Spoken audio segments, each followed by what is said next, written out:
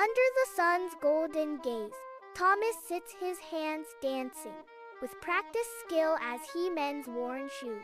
Nearby, Samuel battles the earth, his young brow furrowed in fierce concentration, as he coaxes life from the soil. Their faces, maps of a life both simple and relentlessly hard, tell tales of resilience under the endless sky. The brothers work side by side, their silent dedication echoing the quiet strength of the village itself. The dim light flickers, casting shadows that dance across the rough-hewn walls of the brothers' hut. Thomas and Samuel sit in silence, sharing a meager meal, their faces reflecting years of shared hardship. The creaking wood of the hut whispers tales of their simple life and the unspoken bond between them. Their faces, etched with time, tell stories of struggle, resilience, and unwavering brotherhood. In the stillness of the night, the brothers share a silent understanding, a bond unbreakable by hardship. In the heart of the bustling village, a new cobbler arrives, bringing a flurry of excitement and anticipation to the square. His hands dance with unparalleled speed and precision, drawing the gazes of curious villagers. Attracted by the cobbler's extraordinary skill, villagers begin to flock to his stall, their faces filled with amazement. The new cobbler's stall is crowded with villagers, their attention diverted from the old ways.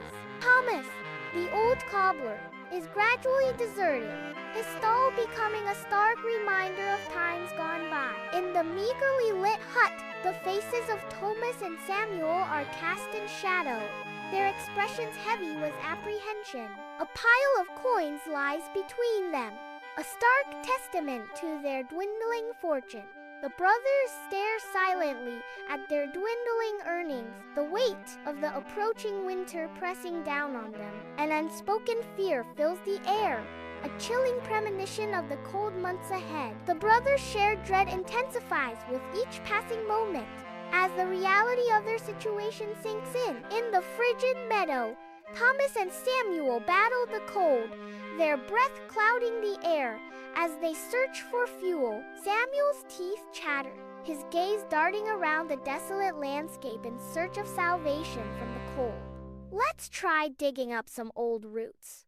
I'm freezing. Their quest leads them to unearth something monstrous, a root thicker than a man's torso. Together they heave and strain, the enormity of their discovery becoming clear. The massive root lies exposed, a testament to nature's hidden power and their desperate need.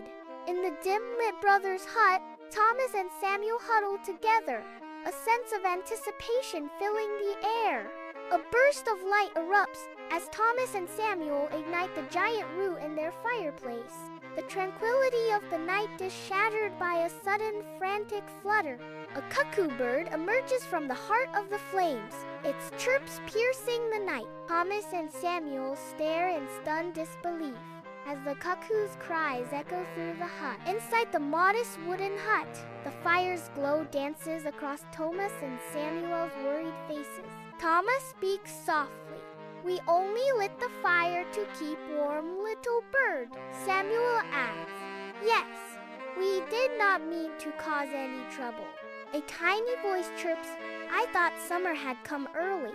The small bird pleads, "Please let me stay with you till spring." In the heart of winter, a meager hut barely shelters Thomas and Samuel from the biting cold. A cuckoo watches with knowing eyes, perched above them in their humble abode. With careful hands, Thomas offers a morsel of food to their feathered companion.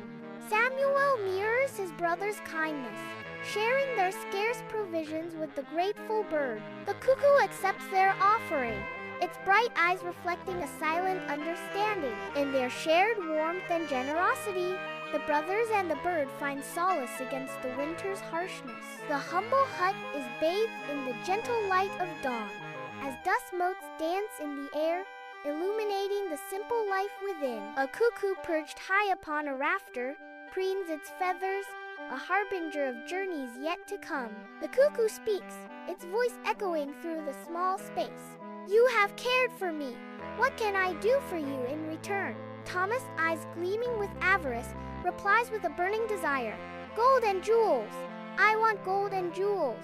The cuckoo observes Thomas, its feathered brow furrowed with a hint of calculation.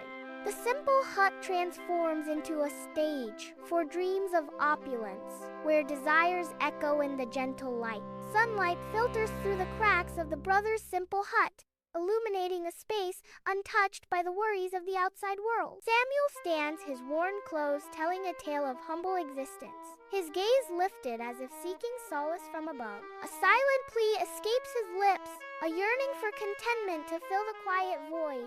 Just bring me something that keeps me content without worry.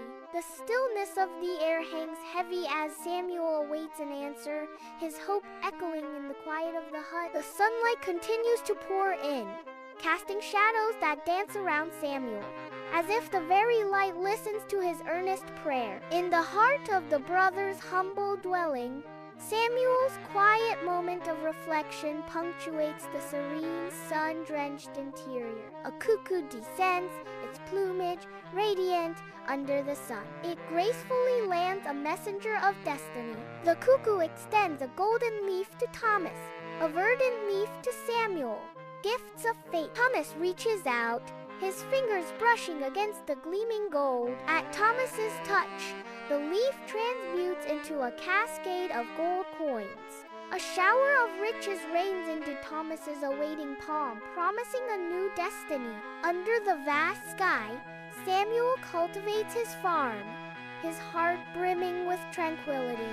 The green leaf nestled securely in his pocket, a symbol of hope and renewal. His voice lifts in joyful song, harmonizing with the symphony of nature. Each movement is imbued with purpose as he pours his soul into the soil. Sunlight bathes the opulent living room of Thomas's new house, highlighting its expensive furnishings and priceless artwork. Thomas, impeccably dressed, paces nervously across the marble floor, his unease stark against the backdrop of wealth. Worry etches lines on his face as his eyes dart around, betraying a sense of impending threat. Despite the luxury, an air of unease and restlessness clings to Thomas, casting a shadow over his newfound fortune. In the heart of the village, Thomas parades in clothes that catch the sun, a stark symbol of his elevated status.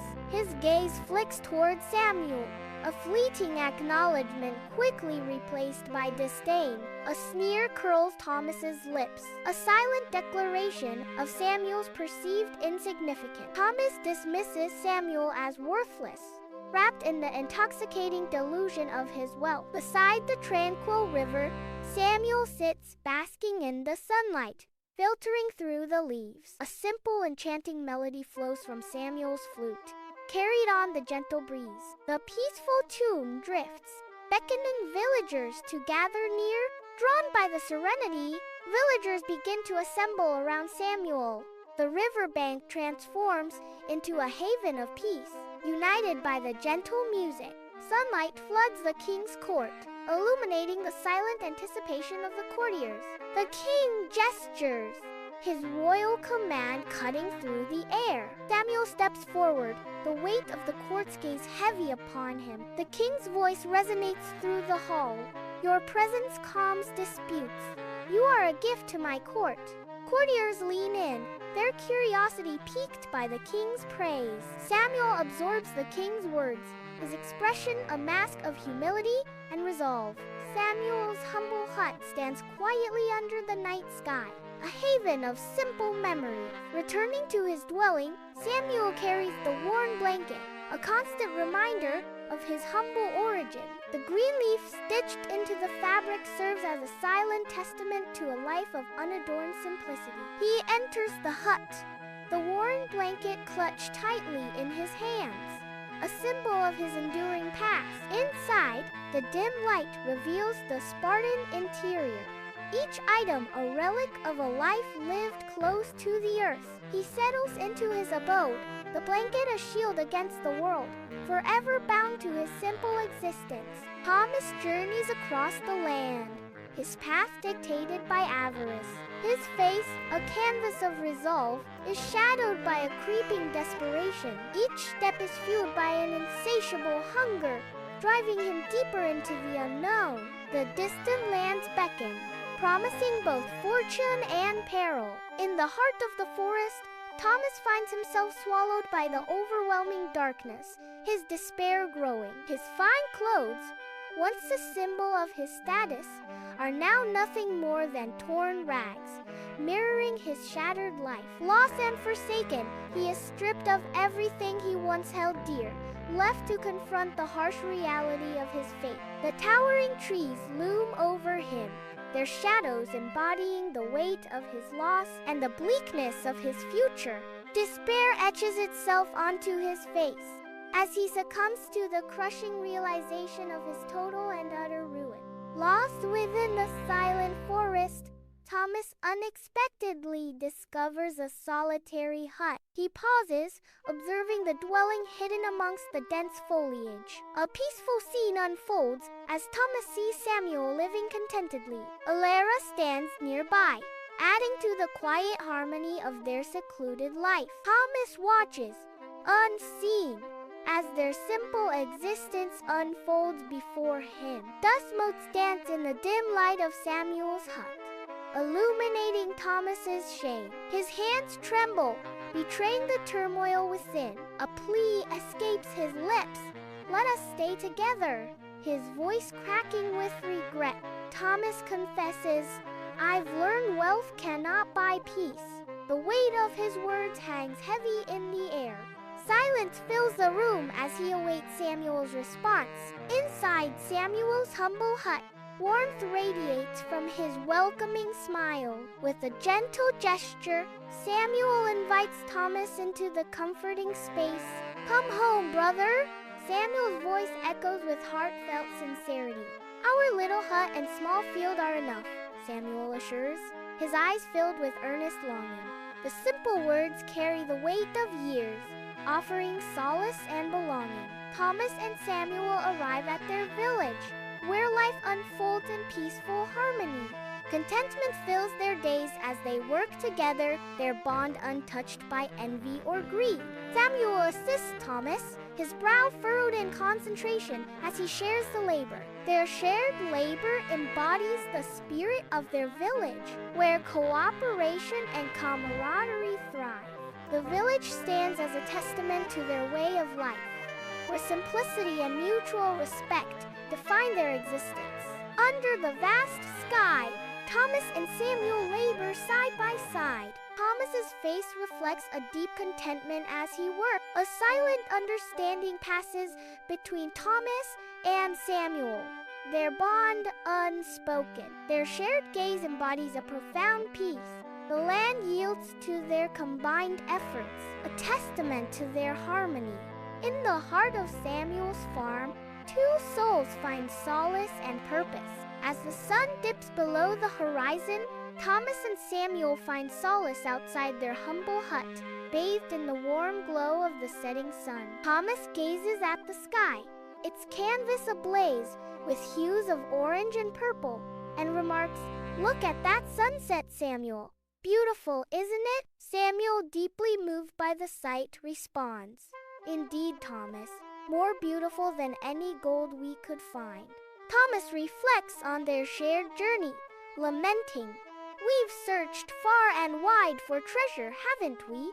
Samuel affirms their newfound understanding, declaring, "And all along, it was right here, peace and brotherhood." The village is now cloaked in twilight, and the two friends sit together in comfortable silence, their brotherhood a treasure more valuable than any gold.